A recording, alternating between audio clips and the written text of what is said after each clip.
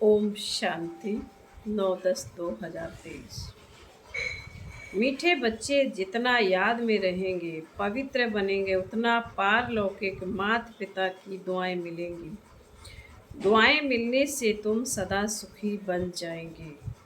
प्रश्न है, बाप सभी बच्चों को कौन सी राय देकर कुकर्मों से बचाते हैं? बाबा का उत्तर है, बाबा राय देते हैं, बच्चे तुम्हारे पास जो भी धन दौलत आदि है वह सब अपने पास रखो, लेकिन ट्रस्टी होकर चलो।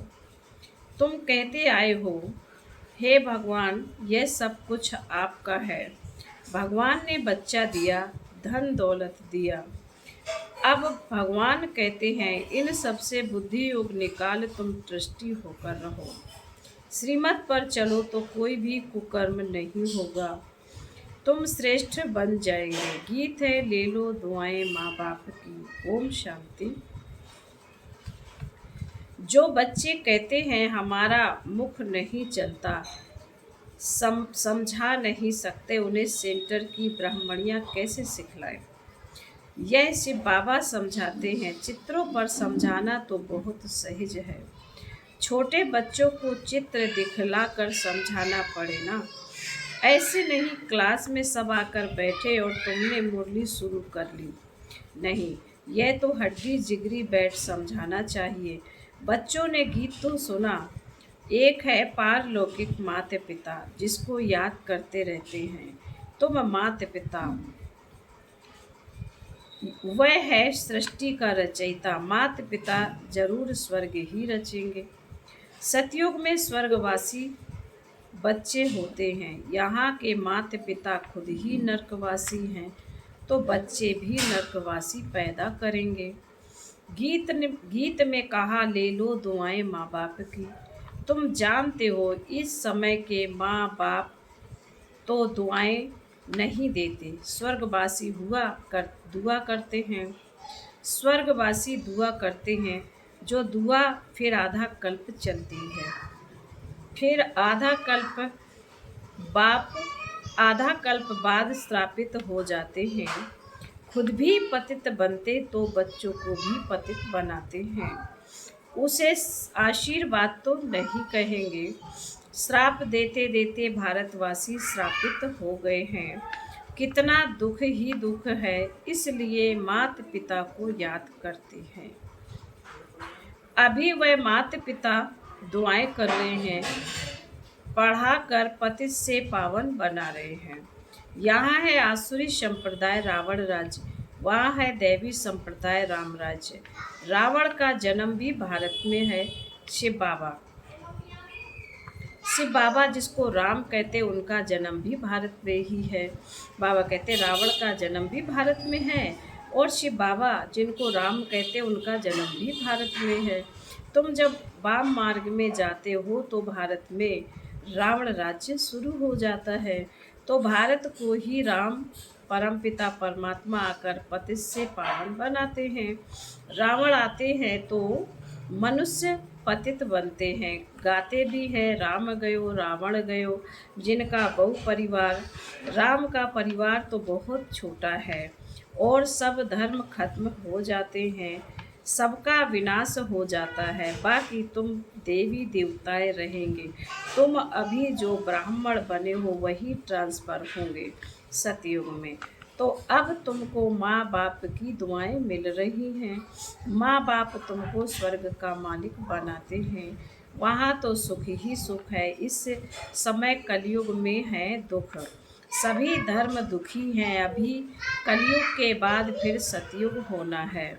कलयुग में कितने ढेर मनुष्य हैं, सतयुग में तो इतने मनुष्य नहीं होंगे। जितने ब्राह्मण होंगे वही फिर वहाँ देवता बनेंगे, वह भी त्रेता तक वृद्धि को पाते रहेंगे। कहते हैं क्राइस्ट से 3000 वर्ष पहले सतयुग था, बिफोर क्राइस्ट और आफ्टर क्राइस्ट।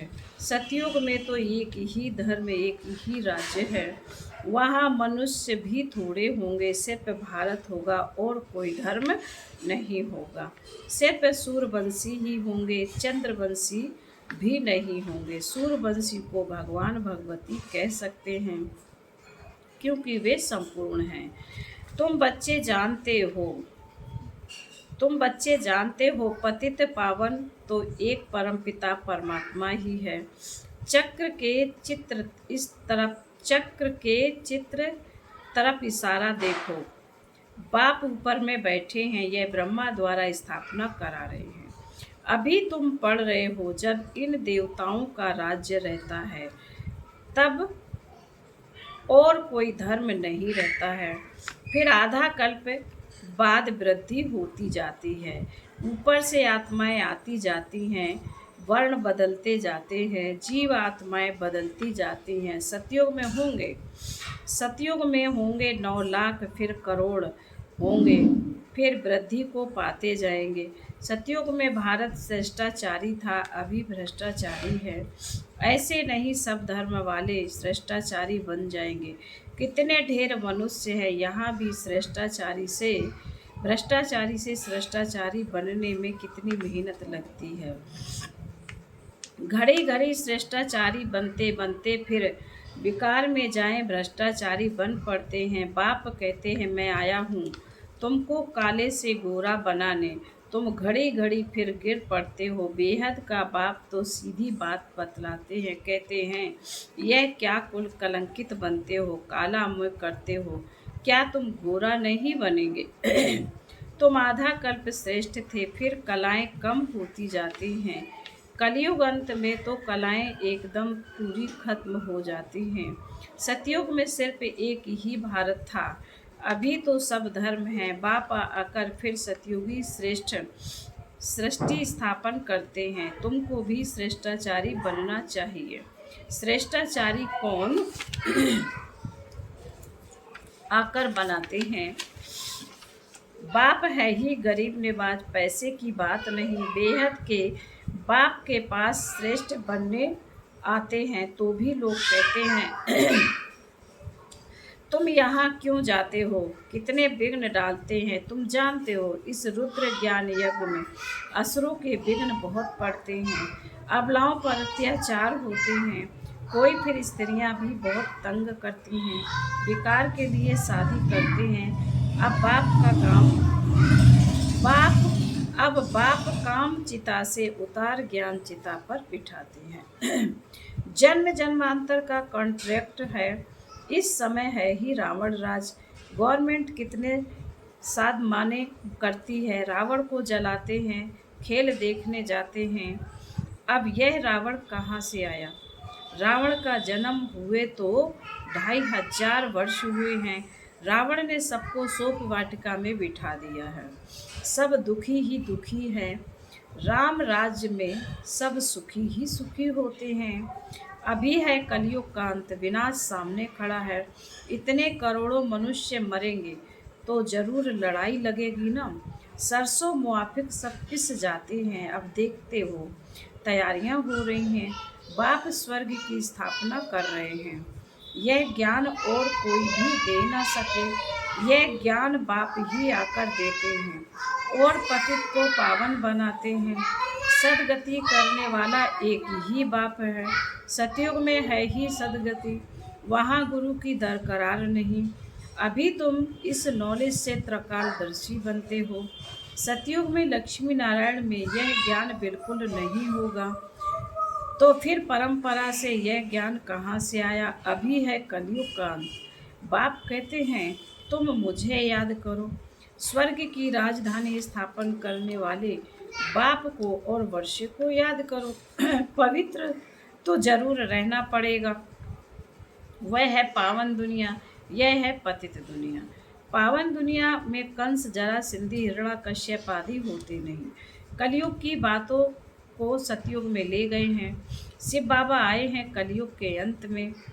आज शिव बाबा आए हैं, कल श्री कृष्ण आएंगे। तो शिव बाबा और श्री कृष्ण के पार्ट को मिला दिया है। शिव भगवान वाच उन द्वारा पढ़कर श्री कृष्ण की आत्मा यह पद पाती है। उन्होंने फिर भूल से गीता में श्री कृष्ण का नाम डाल दिया है। यह भूल फिर भी होगी। मनुष्य भ्रष्टाचारी बने तब तो बाप आकर श्रेष्ठाचारी बनाए। श्रेष्ठाचारी ही 84 जन्म पूरे कर भ्रष्टाचारी बनते हैं। इस चक्र पर समझाना तो बहुत सहज है। झाड़ में भी दिखाया हुआ है, नीचे तुम राजयोग की तपस्या कर रहे हो, ऊपर लक्ष्मी नारायण का राज्य खड़ा है। अभी तुम थुर में बैठे हो, फाउंडेशन लग रहा है, तुम जानते हो। फिर सूर्यवंशी कुल बैकुंठ में जाएंगे। राम राज्य को बैकुंठ नहीं कहा जाता है, बैकुंठ श्री कृष्ण के राज्य को कहा जाता है। अभी तो तुम्हारे पास बहुत आएंगे, एग्जीबिशन आदि में तुम्हारा नाम वाला होगा। एक दो को देखकर वृद्धि को पाएंगे। बाप आकर यह सब बातें समझाते हैं। चित्रों पर किसी को समझाना बहुत सहज है। सतयुग की स्थापना भगवान ही आकर करते हैं और आते हैं पतित दुनिया में सांवरे से गोरा बनाते। तुम श्री कृष्ण की राजधानी की वंशावली भी हो, प्रजा भी हो। बाप अच्छी रीति समझाते हैं। निराकार से बाबा आत्माओं को बैठ समझाते हैं कि बाप आप मुझे याद करो। यह है रूहानी यात्रा। हे आत्माएं, तुम अपने शांति धाम निर्माण धाम को याद करो तो स्वर्ग का वर्षा मिलेगा।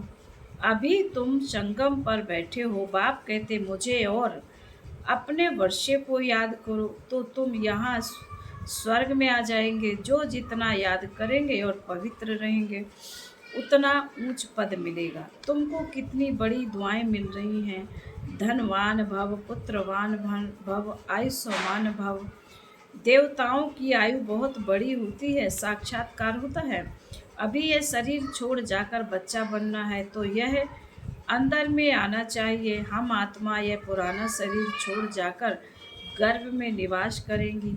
अंत मते सोगते, बूढ़े से तो हम क्यों ना बच्चा बन जाऊं। आत्मा इस शरीर के साथ है तब तकलीफ महसूस करती है। आत्मा शरीर से अलग है तो आत्मा को कोई तकलीफ महसूस नहीं होती है। शरीर से आत्मा खलास हुआ, शरीर से अलग हुआ खलास।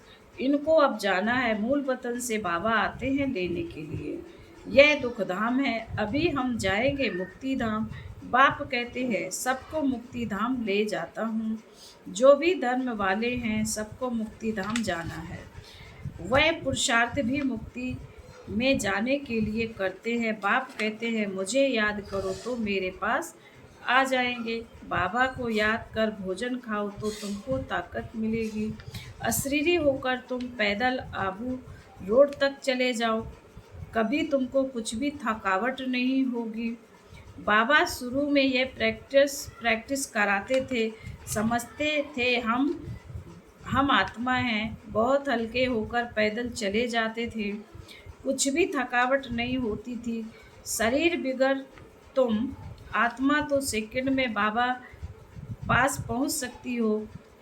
वहाँ एक शरीर छोड़ा सेकंड में जाकर लंदन में जन्म लेते हैं। आत्मा जैसी तीखी और कोई चीज़ होती नहीं। तो अब बाप कहते बच्चे हम तुमको लेने लिए आए हैं। अब मुझ बाबा को याद करो। अभी तुमको प्रैक्टिकल में बेहद के पारलौकिक बाप की दुआएं मिल रही हैं। बाप बच्चों को श्रेष्ठ से श्रेष्ठ मत दे रहे हैं। धन दौलत आदि सब तुम अपने पास रखो, सिर्फ दृष्टि होकर चलो। तुम कहते भी आए हो हे भगवान यह सब कुछ आपका है। भगवान ने बच्चा दिया, भगवान ने यह धन दौलत दिया। अच्छा, फिर भगवान आकर कहते हैं इन सब से बुद्धि योग निकाल, तुम दृष्टि होकर चलो, श्रीमत पर चलो तो बाप को मालूम पड़ेगा तुम कोई कुकर्म तो नहीं करते हो। श्रीमत पर चलने से ही तुम श्रेष्ठ बनेंगे, आसुरी मत पर चलने से तुम भ्रष्ट बने हो। आधा कल्प तुमको भ्रष्ट बनने में लगा है। 16 कला से फिर 14 कला बनते हो, फिर धीरे धीरे कलाएं कम होती जाती हैं। तो इसमें टाइम लगता है ना। फिर बाबा बोले अच्छा मीठे मीठे शिकील दे बच्चों प्रति, माता पिता बाप दादा का याद प्यार और गुड मॉर्निंग। रूहानी बाप की रूहानी बच्चों को नमस्ते। हम रूहानी बच्चों की रूहानी माता पिता बाप दादा को याद प्यार गुड मॉर्निंग और नमस्ते। ओम शांति। धारणा के लिए मुख्य सार बाबा ने कहा, पहली पॉइंट में चलते फिरते अशरीरी बनने का अभ्यास करना है। भोजन एक बाप की याद में खाना है। नंबर 2, माता पिता की दुआएं लेनी है। ट्रस्टी होकर रहना है। कोई भी कुकर्म नहीं करना है।